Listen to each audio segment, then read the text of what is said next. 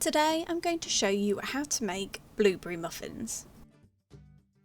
You will need 200 grams of self-raising flour, 100 grams of caster sugar, 150 grams of blueberries, 150 millilitres of milk, 70 millilitres of vegetable oil, and 1 egg.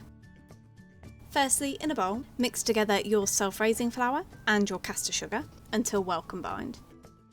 Then in a separate jug, mix together your milk, your oil and your egg until well combined. Then add your wet ingredients into your dry ingredients and mix really well until you've got a nice batter.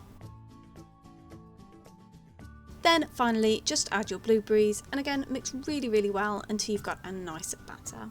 Then, having pre-lined a cupcake tray with muffin cases, you want to just spoon your mixture into 12 muffin cases.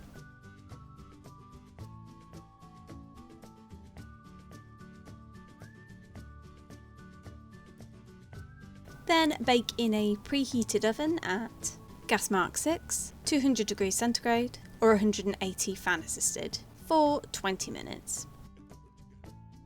And there you have it. That's how you make blueberry muffins.